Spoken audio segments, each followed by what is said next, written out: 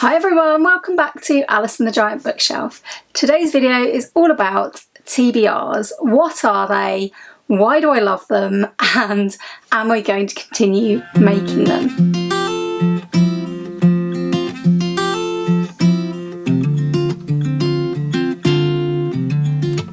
Hi everyone, welcome back to my channel, or welcome if you are new. My name's Alice and I have way too many books. And today's video I wanted to talk about the TBR. Now, if you are brand new to Booktube, you might not know that a TBR means to be read, and we talk about our TBRs a lot, especially I do, because I kind of created my channel to try and reduce my physically owned TBR. So all of the books that I own that I have not yet read, I consider my physical TBR. If you are new to my channel, I don't really read ebooks. Really, I'm not an ebook person. I find them really difficult to get on with.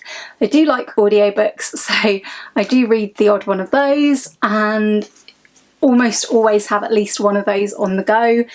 Physical books is where it's at for me, and I do get a lot of physical books from the library, but I also, for many years now, have had too many books. You might say you can't have too many books, and sometimes I do agree with you, but what I mean by having too many books is having a bit of a backlog of books that I've had for a very long time, that at this point in time I don't know whether I still want to read them that much or not. But I am getting sidetracked because this is a video about a specific type of video that some booktubers either don't make or have stopped making, which is the TBR video. I completely understand why a lot of other booktubers don't make TBR videos or have stopped making TBR videos, which is just basically a video where you talk about what you want to read the coming month, because those booktubers like to either mood read or have a lot more freedom in their reading. And I absolutely love TBRs. I think it's because I love hearing what other people are going to read as well. So I really enjoy watching a TBR video. I absolutely love those. They're a staple of YouTube and I will watch them a lot. And I really like making them because for me, a TBR is just full of possibilities and it gets me thinking about what I'm going to read in the next month. Unfortunately, it often makes me want to read those books immediately rather than wait. I wanted to talk about and discuss them a bit more today in a bit of a chatty video because I often actually don't read what I put on my TBRs. And I wondered, is that a problem? And should I stop making TBRs? So I thought we'd have a bit of a chat about it today. It came to my attention recently that when I first started on Booktube, and this came to my attention because I watched my first TBR video, I actually used to stick to TBRs really well. I think because I first started Booktube on the idea of trying to cut down my physically owned TBR, and I saw making TBRs as like the challenge for the month and what books I was going to try and get through to give me a goal to work through my massive overarching TBR. It really helped me to pick out some books that I might read in the next month and work my way through them. So that was originally where I was going with my channel, and TBRs really drove me to read the books that I had picked out. Definitely that happened for the first few months.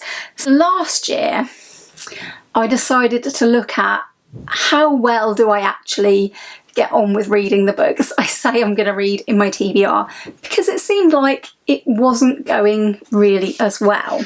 I do have a little stats section in the past year, so with the past year being 2023, I looked at my stats for my TBR from January to December to see, do I read my TBRs? And I mentioned anywhere from sort of 10 books. I think I mentioned 10 books in February, March and November, and in other months I mentioned anywhere up to 23 books in October. Now, this is slightly because I view TBRs in a bit of a different way now, which is as like some possibilities or suggestions for what I might read in a month, as opposed to what I will read in a month. Where there was months like October where I talked about 23 different books in my TBR video, September where I mentioned 22, and May where I mentioned 20. Those are all videos where I included lists of possibilities for certain readathons. I am a sucker for a readathon, and the reason being because I really like to go and look at my shelves and see if I've got anything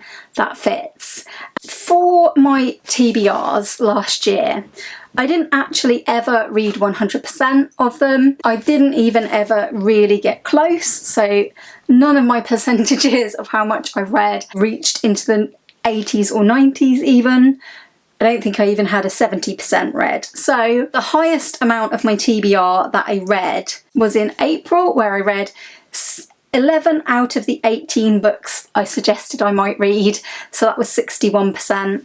In the February I read 6 out of 10, which was 60%. In the May I read 11 out of 20 books, which was 55%. I'm terrible at maths, so this maths could be wrong. I did sometimes carry on reading a book into the next month, or I picked up that book the next month because it had come back to my attention through that TBR. So some of the TBRs did eventually get more read and the best I did with that was in February. I ended up reading 8 of the 10 books in the end, and that was 80% of the books. The point I'm making there is sometimes I did read the books in the subsequent months, so maybe the next month or maybe the month after that. Largely bit of a disaster. So the stat I will definitely give you is that I mentioned 191 books over 12 months of TBRs, and I read, in the actual month I suggested them, I read 82 of those books. And if you counted all the books that I eventually read from those TBRs, I did read 118 out of the 191 books in the end. In the month of suggesting those books, I read 42% overall of the 12-month TBRs, and eventually, after some months, I had read 62% of the books that I had suggested. Not great.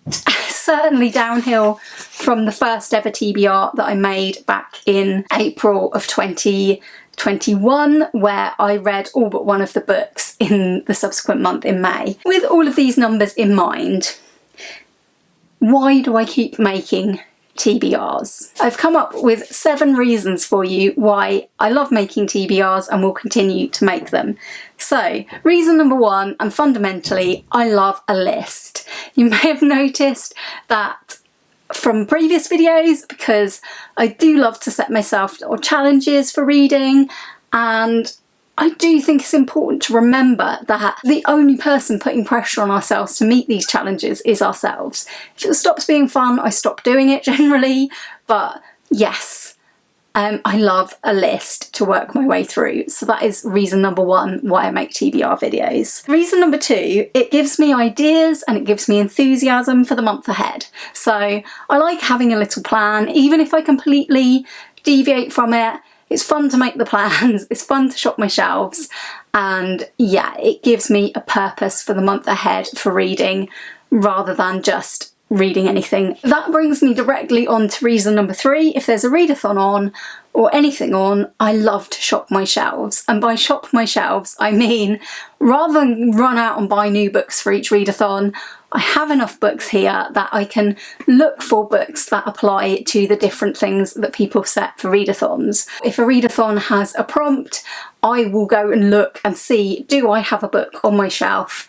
Do I have a book in my 146 books that meets that prompt? And if I don't, is there something that I can push into that prompt, shall we say? To me, thinking of books that fit is sometimes just as fun as actually reading the books. Reason number 4, 150 or thereabouts books is still a lot, so I like to narrow down what might I read from those books, so that if I do reach a time in the month, it hasn't happened in a long time, where I'm like, what should I read next?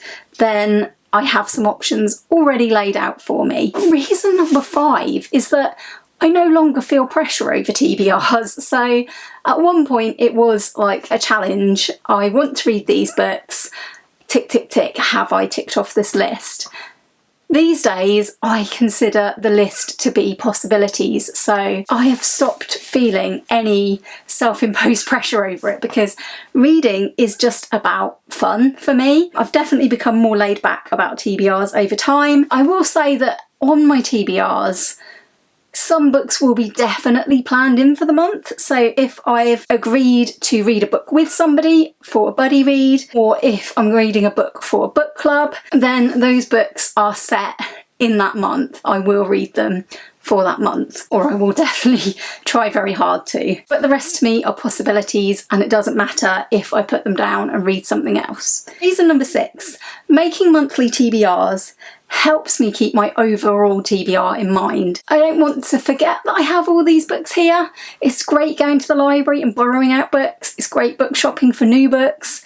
But I don't want to forget that I do have nearly 150 books that I can choose from and that I should be trying to read. I like to not go a month without picking up books from my TBR shelves. Making a TBR video helps me to keep the TBR in mind, encourages me to keep the TBR in mind. And finally, number 7, I really like watching other people's TBR videos, so why not make my own? I just think it's endlessly fun, and some of my favourite TBR videos to watch are TBR videos where people openly admit that they didn't read the last TBR. I really enjoy watching my friend Gemma from Gemma Books, because in her TBR videos she always reviews what she had picked for her last month's TBR and whether or not she's read them, and I really enjoy that format. So yes, there is a lot to be gained for me from making and watching TBR videos. I say long live the TBR. I look forward to making more TBR videos. I've come to the conclusion that whether I read the books or not, I will continue to make TBR videos. Those were my thoughts. I'd love to hear yours. What do you think of TBR videos? Do you enjoy watching them? Do you enjoy making them if you are a booktuber? If you don't make TBRs, or think about what you might read in a month in advance of that month, I would love to hear what you do and whether you plan your reading in any way or whether you just mood read. It's fascinating to me the different ways that people approach reading, and yeah, I think TBRs are overall, for me personally, a good thing as long as I don't view them as a chore, as something that I need to do. And were that to happen, I think that would be time to say I'm not going to make a TBR video. So with all of that said, I do have a different plan for myself in June, and if some of you want to join me, I am going to be talking about that in my next video so that this one isn't too long, and it is going to be a sort of anti-TBR experiment. So stay tuned for that if you would like to, and we will see how I get on in the month of June when I do something a little bit different. But in the meantime, do let me know all your thoughts in the comments. I would love to hear from you. If you have enjoyed this video today, I would love it if you gave it a like, and it would be great if you would consider subscribing to my channel if you haven't already. And if you are here and you've watched the video all the way through but you don't have a comment to make, I would love it if you'd leave me an emoji in the comments, perhaps like a list emoji or a thinking emoji. Thanks for watching today, and I hope you will join me again soon for another video all about books here on Alice and the Giant Bookshelf. Bye for now.